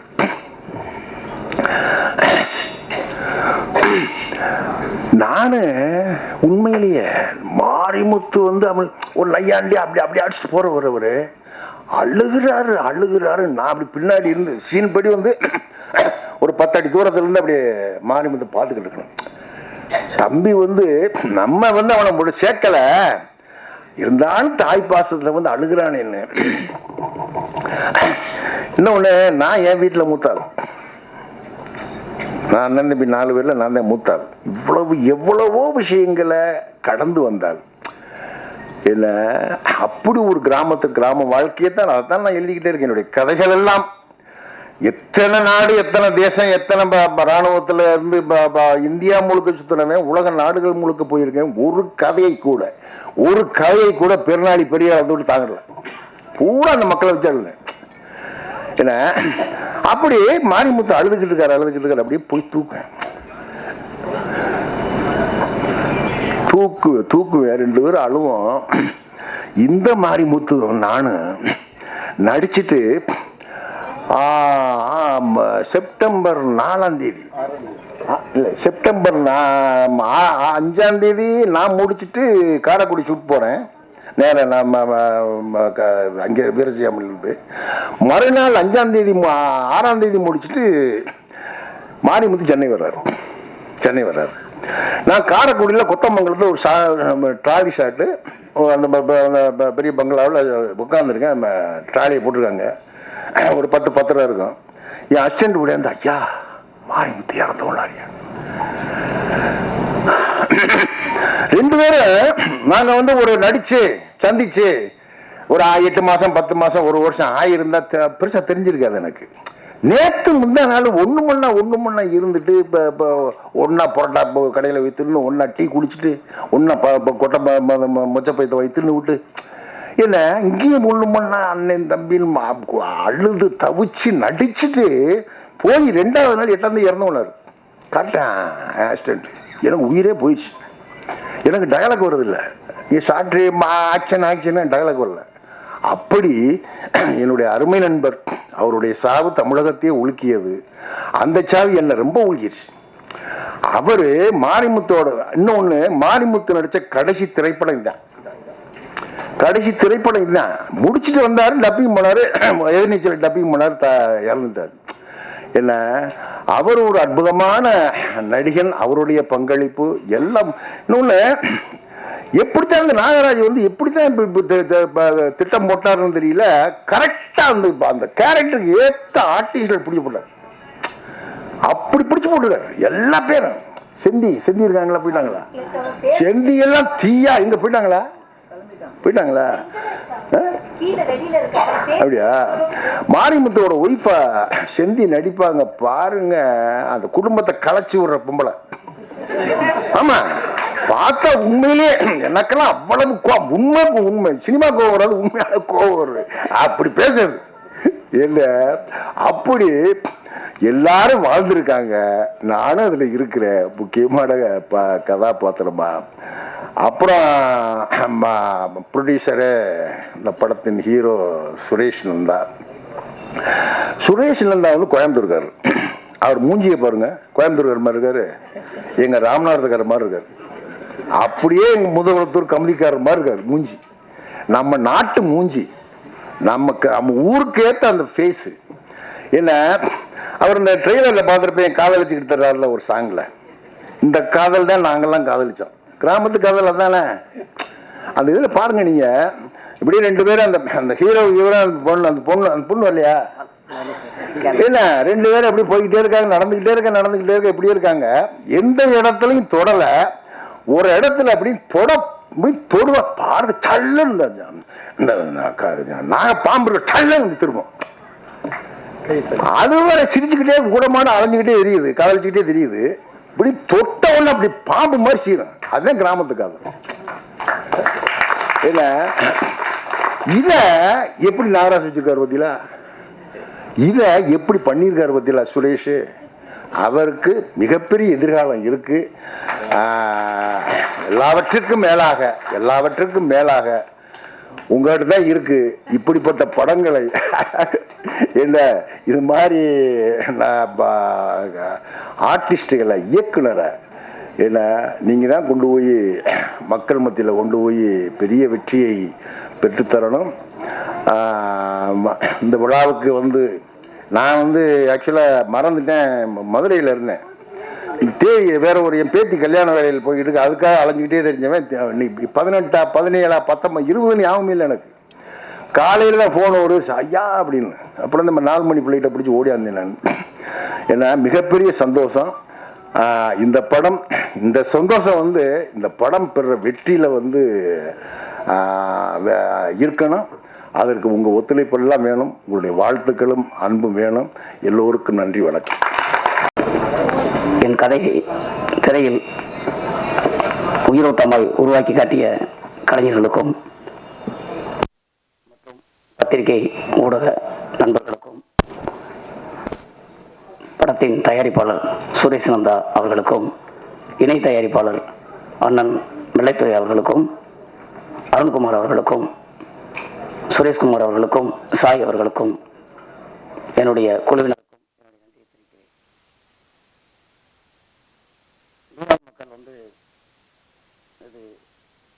நான் பார்த்த வாழ்க்கை தான். எங்கள் கிராமத்தில் அறநாங்கிலிருந்து 35 கிலோமீட்டர் இருக்க ஒரு கிராமம் தீயத்தூர். அங்கே வானம் பார்த்த பூமி, ஆனால் வருஷம் மழை பெஞ்சிடும்.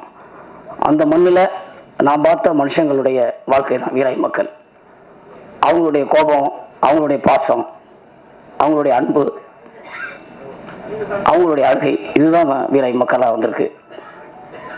அழகென்ற சொல்லுக்கு அமுதான்னு ஒரு படம் பண்ணேன் ஒரு 7 வருஷத்துக்கு முன்னாடி. நல்ல ரிவ்யூஸ் கிடைச்சிது எனக்கு அந்த படத்தில். பத்திரிகைகள் எல்லாருமே அந்த படத்தை பிரமாதமாக எழுதியிருந்தாங்க. ஆனால் கமர்ஷியல் ஹிட்டு கிடைக்கல எனக்கு. ஒருத்தர் படம் பண்ணிட்டு பண்ணாமல் எவ்வளோ நான் கஷ்டப்படலாம், படம் பண்ணிட்டு கஷ்டப்படுறது கடினமான ஒரு வழி. அதை கடந்து நான் வந்துடணும் தீவிரமாக. இது முழுக்க மண் சார்ந்த வாழ்வியலை சொல்கிற ஒரு படமாக வந்திருக்கு. எப்போவுமே எல்லாத்துக்குமே கனெக்ட் ஆகிற ஒரு விஷயம் சென்டிமெண்ட். அந்த சென்டிமெண்ட் எல்லாத்துக்குமே ஒரே தான். அது கிராமம் நகரம் எங்கே இருந்தாலும் அந்த சென்டிமெண்ட்டை கரெக்டாக சொன்ன இயக்குனர்கள் மிகப்பெரிய லெவலில் ஜெயிச்சிருக்காங்க. நான் பார்த்த படங்கள் தான் எனக்கு இன்ஸ்பிரேஷனாக இருந்திருக்கு. கிழக்கு சீமையிலே, வருஷம் 16, கேளடி கண்மணி, ராசாவின் மனசில், கிழக்கு வாசல் அப்படின்னு 90களில் நான் பார்த்த படங்கள் தான் என்னை சினிமாவுக்கு நோக்கி என்னை தள்ளிச்சு. இளையராஜா அவர்களுடைய இசையும் எனக்கு மிகப்பெரிய இன்ஸ்பிரேஷன் கொடுத்து சினிமா மேலே நான் வர்றதுக்கு. அந்த தேடுதலோட சினிமாக்குள்ளே வாய்ப்புகள் தேடி அலையும் போது என்னை முதலாக அசிஸ்டன்ட் டைரக்டராக சேர்த்துக்கிட்ட ரவிமணியா சார் இங்கே வந்திருக்காரு. அவருக்கு என்னுடைய நன்றி. சூப்பர் ஃபிலிம்ஸில் தான் நான் முதல் அசிஸ்டன்ட் டைரக்டராக ஒர்க் பண்ணேன். அதுவே எனக்கு பெரிய சந்தோஷமான நிறைவு கொடுத்துச்சு. அதுக்கு பிறகு ஒவ்வொரு கட்டத்திலையும் என்னை நகர்த்தி கொண்டு போன என் நண்பர்கள், என்னுடைய நெருக்கமான நண்பர் இயக்குனர் கோகுல் சார் கூட நாங்கள் நிறைய ட்ராவல் ஆகியிருக்கேன்.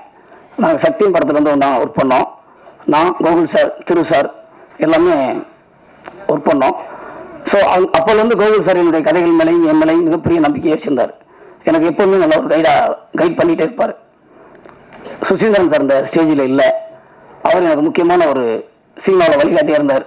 அவருடைய ஆதரவால் காதல் செய்யும் பாண்டிய நாடும் எனக்கு பெரிய சினிமா மேலே ஒரு நம்பிக்கையை கொடுக்கறதுக்கு ஒரு பெரிய ஒரு உந்துதலாக இருந்தது. அந்த 2 படத்தில் நான் அவர் கூட இருந்தேன். இந்த படத்தை பற்றி சொல்லணும்னா வேளாண்மை சார் வீராய் மக்கள் கதை எழுதிட்டு நான் தயாரிப்பாளர் சுரேஷ் நந்தா அவர்கிட்ட நான் சொல்லும்போது அவர்கிட்ட நான் சொன்ன ஒரு விஷயம் என்னன்னா, இந்த கதையில் வேளா சார் இல்லாமல் இந்த படத்தை நம்ம ஸ்டார்ட் பண்ண போக முடியாது, அதுக்கு நீங்கள் எந்த ஆர்டிஸ்ட் கொடுத்தாலும் நான் ஒத்துக்க மாட்டேன். ஏன்னா அந்த உடல் மொழியை, அந்த மண்ணுடைய அந்த அந்த பாடி லாங்குவேஜை அவர்கிட்ட தான் நான் பார்த்துருக்கேன் சினிமாவில் சமீப கால படங்கள்லாம். மலையாள கூட்டமும் கிடாரி 2 படம் போதும் அவர் சிறந்த நடிகர்னு எல்லாத்துக்கும் சொல்கிறதுக்கு. அப்படி ஒரு எக்ஸ்பிரஷன்ஸ் அந்த இதில் இருக்கும். அந்த 2 படமும் எனக்கு பயங்கரமாக பெரிய இதாகிடுச்சு. எமோஷனலாக கோபமான வேலை சாரை அப்படியே சாந்தமான அன்பான ஒரு பாசமான மனுஷனா நான் காட்டணும். நான் எழுதி மருதமுத்து இந்த கேரக்டரை அவர் பிரமாதமாக ஸ்க்ரீனில் கொண்டு வந்து சேர்த்துட்டார். அது வந்து மிகப்பெரிய இந்த படத்துக்கு ப்ளஸ்ஸாக அமைஞ்சிருக்கு. அப்புறம் தீபாக்கா அவங்கள பற்றி சொல்லணுமா, கிராமங்களில் வந்து அண்ணன் தம்பிகள் உள்ள பிரச்சனை, உறவுமுறைகள் சிக்கல்கள்னா அதில் ஃபஸ்ட்டு பாதிக்கப்படுறது தங்கச்சி தான். ஏன்னா ஒரு அண்ணன்கிட்ட பேசினா இன்னொரு அண்ணன் கோச்சிப்பாரு, இன்னொரு தம்பி கோச்சிப்பான். அப்படி உடஞ்சி கிடக்கும் போது அந்த அத்தைகளுடைய பெயின் இருக்குல்ல, அதை நான் கண்மூடி பார்த்துருக்கேன். நம்ம ஊருக்குள்ளே போனாலே எங்கள் அத்தை என்னை பார்த்து அழுதுகிட்டே போவாங்க. எங்கள் குடும்பத்தை கொஞ்ச நாள் பேசலை, எதுக்கு அழுகிறாங்கன்னே தெரியாது. ஏன்னா அண்ணன் பையனை அவங்க பிள்ளையார அவங்க பார்ப்பாங்க. அப்படி ஒரு அத்தையை ஸ்க்ரீனில் கொண்டு வரணும்னா நான் தீபாக்க கேட்டேனா, வடிவு கேட்டேனா எழுதினேன். அதை பிரமாதமாக அந்த அந்த அந்த அந்த கலாச்சாரத்தோட அந்த மண்மனம் மாணவ யதார்த்தத்தோட அவங்க ரொம்ப அழகாக கொண்டு வந்திருந்தாங்க. அப்புறம் மாரிம் சார் அவர் வந்து இந்த ஸ்டேஜில் இருக்கணும் ரொம்ப ஆசைப்பட்டோம். அவருடைய இழப்பு ரொம்ப ஈடு செய்ய முடியாத ஒரு இழப்பாக ஆயிடுச்சு. இந்த கதைக்கு அவர் கொடுத்த ஒத்துழைப்பு மறக்க முடியாது. ஒரு குடும்பமாக எல்லாருமே இந்த படத்தில் கோஆர்டினேட் பண்ணி தான் இந்த படத்தை நாங்கள் பண்ணோம். சிந்தியா மேம் அவங்க ஒரு நெகட்டிவ் ஷேடோ கேரக்டர், அங்கம்மான ஒரு கேரக்டரு. அதை வந்து அது கிராமத்திலாம் பார்த்தீங்கன்னா ஒரு சண்டை ஒரு ஆரம்பித்தாங்கன்னா யாரோ ஒரு ஆடு மேய்ஞ்சதுக்கு, ஒரு கோழி மேய்ஞ்சதுக்கு, ஏதோ ஒரு சின்ன ஒரு விஷயம் நடந்திருக்கும். அதை வந்து அவங்க பேச ஆரம்பித்தாங்கன்னா தண்ணி தூக்க போகும்போது பேசுவாங்க, புல்லு கட்டுத்திட்டு போகும்போது பேசுவாங்க, ஆடு விரட்டிட்டு போகும்போது பேசுவாங்க. முதல் நாள் தான் சண்டை முடிச்சு நம்ம விட்டோம்னா அது 2வது நாள் ஆரம்பிச்சுவாங்க. ஒரு சண்டை 1 வாரம் 1 மாதம் வரைக்கும் போயிட்டே இருக்கும். அவங்க திட்டிகிட்டே இருப்பாங்க. இதெல்லாம் நம்ம நிறைய கிராமங்களில் பார்த்துருக்கோம். ஸோ அந்த மாதிரி ஒரு கேரக்டரை நான் வந்து ஸ்க்ரீனில் கொண்டு வரணும்னு நான் நினச்சேன். அதே அந்த நெகட்டிவ் ஷேடோ கேரக்டர் எமோஷனலாக ஒரு காலத்தில் பாசிட்டிவாக மாறுற ஒரு விஷயம் இருக்கு இல்லையா, அது சடன் நடந்துடும். அதை வந்து ரொம்ப அழகாக சிந்தியா மேம் பண்ணியிருக்காங்க. ரமா மேம் வந்து இதில் வேளா சார் அந்த குடும்பத்தில் மூத்த மருமகளை பண்ணியிருக்காங்க. சாரோடைய ஒய்ஃபாக நடிச்சிருக்காங்க. எல்லா குடும்பங்கள்லையும் பார்த்தீங்கன்னா அம்மா தான் வந்து தியாகத்தோட மொத்த உருவமாக இருப்பாங்க. எல்லாத்தையும் கூட்டு குடும்ப வாழ்க்கையில் பார்த்தீங்கன்னா ஒரு 20 பேர் 25 பேர் இருப்பாங்க. எங்கள் அம்மா அப்படி இருந்திருக்காங்க. ஒரு நேரத்தில் சாப்பாடு வச்சாங்கன்னா 20 பேர் சாப்பாடு போடணும். கொழுந்தை வாங்க, நாத்தனார் வாங்க, அப்படி இன்னொரு கொழுந்தை, இப்படி எல்லாத்தையும் சரிசமமாக நினைக்கிற ஒரு விஷயம் இருக்கு இல்லையா. அவங்களுக்குள்ள சின்ன சின்ன விஷயங்கள் முரண்பாடுகள் இருந்தாலும் அதெல்லாம் அப்படியே வந்து அப்பா சித்தப்பா எல்லாம் கோபமாக இருந்தால் கூட அவங்க எல்லாத்தையும் அதை பேலன்ஸ் பண்ணி அந்த குடும்பம் உடையாம போய் கொண்டு போகிறது அம்மாக்கள் தான். அம்மாக்களோட தியாகத்தில் தான் இன்னும் நிறைய கூட்டு குடும்பம் இங்கே வாழ்ந்துட்டு இருக்காங்க. ஸோ அப்படி ஒரு கேரக்டரை ரமா மேம் வந்து ரொம்ப நல்லா பண்ணியிருக்காங்க. அவங்களுக்கு என்னுடைய நன்றி. அப்புறம் இணை தயாரிப்பாளர் நிலத்தரனை பற்றி சொல்லணும். அவர் வந்து இந்த படம் கதை எழுதின பிறகு பாண்டியன் சார் இந்த கதை எழுதின பிறகு நான் நிலத்தரனை போய் பார்த்தபோது ஃபஸ்ட்டு இந்த படத்தில் அவர் இணை தயாரிப்பாளர் வர்றதுக்கான விஷயங்கள் இல்லை. ஸோ அப்புறம் வந்து இந்த படத்தோட பாடல்களை கேட்டார், கதையை கேட்டவொடனே இந்த படத்துக்கு நானும் ஒரு சப்போர்ட் பண்ணுறேன் தம்பி அப்படின்னு சொல்லிட்டு இந்த படத்துக்கு அவர் பட்ட உழைப்பை வந்து நான் சாதாரணமாக சொல்ல முடியாது. அவ்வளோ போல எங்களை எல்லாத்தையும் அரவணைச்சு ஒரு ப்ரொடியூசர் மாதிரி அவர் நடந்துக்கல, ஒரு ப்ரொடக்ஷன் மேனேஜர் மாதிரி ஒரு எல்லா விஷயத்துலையுமே அவர் வந்து காலையிலேருந்து சாயங்காலம் வரைக்கும் படத்துக்கான விஷயத்தை மட்டுமே எஃபெக்டிவாக செஞ்ச ஒரு விளத்தர் அண்ணன். அவருக்கு என்னுடைய நன்றி. சுரேஷ் நந்தா என்னுடைய தயாரிப்பாளர். அவர் வந்து நானும் அவரும் ஒரு ஷூட்டிங்லாம் மீட் பண்ணோம். அதுக்கு பிறகு அவர்கிட்ட வந்து இந்த கதையை சொன்னேன். கதையை சொன்ன நாள்ல இருந்து இந்த கதையை நம்ம பண்ணணும்னு சொல்லி ஒரு 3 வருஷமா அந்த கதைக்கான டிராவல் நாங்கள் பண்ணிட்டு இருந்தோம். அதுக்கு பிறகு ஒரு நாள் சார் இதை ஆரம்பிச்சிடலாம் அப்படின்னு. அடுத்த ஷெட்யூல் எப்படி வரும் உங்களுக்கு தெரியல, நம்பிக்கை மட்டும்தான் இருந்துச்சு. இந்த படம் கண்டிப்பாக முடிஞ்சு ஒரு ஆடியோ லான்ச்சு நடந்து ரிலீஸ் ஆகணும், அந்த நம்பிக்கையோட அந்த படத்தை நாங்கள் ஆரம்பித்தோம். இன்னைக்கு இந்த ஸ்டேஜில் வந்து நின்றுருக்கோம். அதுக்கு அவருடைய ஒத்துழைப்பு தான், சினிமா மேலே அவருக்கு உள்ள நேசிப்பு தான் இந்த படம் இவ்வளோ சிறப்பாக வர்றதுக்கு காரணம். அவருக்கு என்னுடைய நன்றி. பாண்டியக்கா வீராய் கேரக்டர் படத்தோட டைட்டில் ரோல் பண்ணியிருக்காங்க. இந்த படத்தில் அவங்க போட்ட எஃபெக்ட், அவங்களுடைய ஒத்துழைப்பு வந்து ரொம்ப நல்லா இருந்துச்சு. படம் ஸ்டார்டிங் டு எண்டு வரையும் அவங்க வந்து அந்த கேரக்டராகவே இருந்தாங்க. எல்லாத்தையுமே அந்த சாந்தமா பாசமா அன்பா அவ்வளோ தூரம் எங்களுக்கு வந்து இந்த கேரக்டரை உள்வாங்கி தென் மாவட்டத்தில் உள்ள வீராய், நான் பார்த்த வீராய் கேரக்டர் ரொம்ப அழகா ஸ்கிரீனில் கொண்டு வந்தாங்க. அவங்களுக்கு என்னுடைய நன்றி. மற்ற படத்தில் நடித்திருக்க அத்தனை நடிகர்களுக்கும் என்னுடைய நன்றி. குறிப்பாக என்னுடைய technical team, music director Deepan Chakravarthy, cameraman M Srinivasan, editor Muganvel, art director Ravees, பாடலாசிரியர் Madhurakavi sir, PRO Sathish sir. இந்த படத்துக்கு நீங்கள் கொடுத்த ஒத்துழைப்பு மறக்க முடியாது. உங்கள் அனைவருக்கும் என்னுடைய நன்றி. வேலுமணி அண்ணன் படத்தோட ப்ரொடக்ஷன் மேனேஜர். அவர் வந்து ஒரு ப்ரொடக்ஷன் மேனேஜர் மாதிரி இல்லாமல் எங்கள் கூட பிறந்த அண்ணன் மாதிரி இந்த படத்தை எப்படியாச்சும் கரெக்டாக கொண்டு போய் சேர்க்கணுங்கிறதுல பிகினிங் டு எண்டு வரையும் இன்னைக்கு வரை அவருடைய உழைப்பு மறக்க முடியாத ஒரு விஷயமா இருக்கு. அவருக்கு எங்களுடைய நன்றி. இந்த படத்தில் எங்க கூட ஒர்க் பண்ண என்னுடைய இணை துணை உதவி இயக்குநர்கள், அவங்களுக்கு என்னுடைய நன்றி. அவங்க தான் முழுக்க இந்த படத்தில் பிகினிங் டு எண்டு வரையும் எங்க கூட டிராவல் ஆனாங்க.